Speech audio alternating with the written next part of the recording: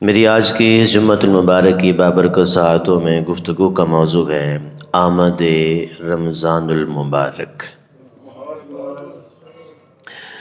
اللہ رب العالمین نے پاک کلام کے اندر اس بابرکت مہینے کی شان و عظمت کو بیان کرتے ہوئے ارشاد فرمایا، شہر رمضان الذی انزل فیہ القرآن، رمضان کا مہینہ وہ ہے جس میں قرآن نازل فرمایا گیا۔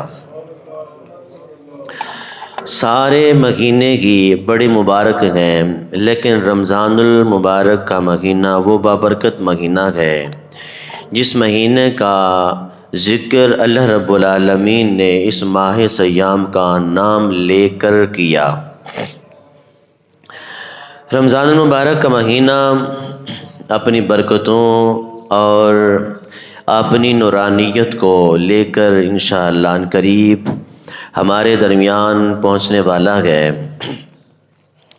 اس طرح مثال سمجھیں کہ جیسے کسی ملک کا، کسی کنٹری کا جہاز اپنے لینڈ ایریے کے اندر پہنچے اور سوار ہونے والا اپنے وطن کو دیکھ کر، اپنے جھنڈے کو دیکھ کر خوش ہو جاتا ہے۔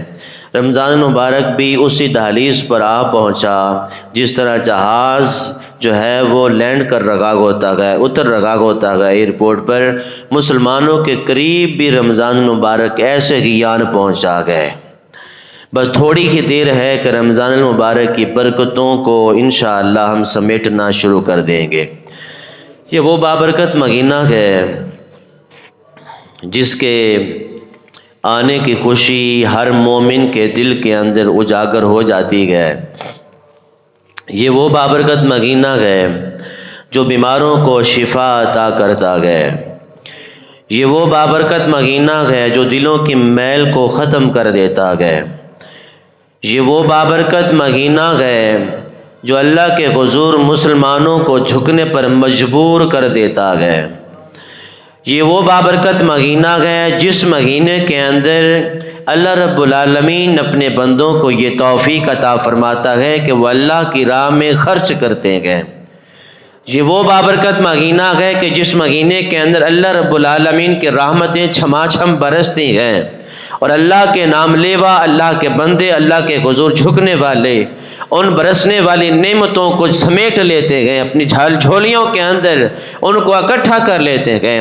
یہ وہ بابرکت مہینہ ہے جس کے آنے سے پہلے مومن خوشیاں مناتا ہے، اور جو رمضان سے جلتا ہے، رمضان کے آنے سے اس کو تکلیف ہوتی ہے، وہ بد نصیب اس کے چہرے کے اوپر تیور عجیب و غریب آ جاتے ہیں۔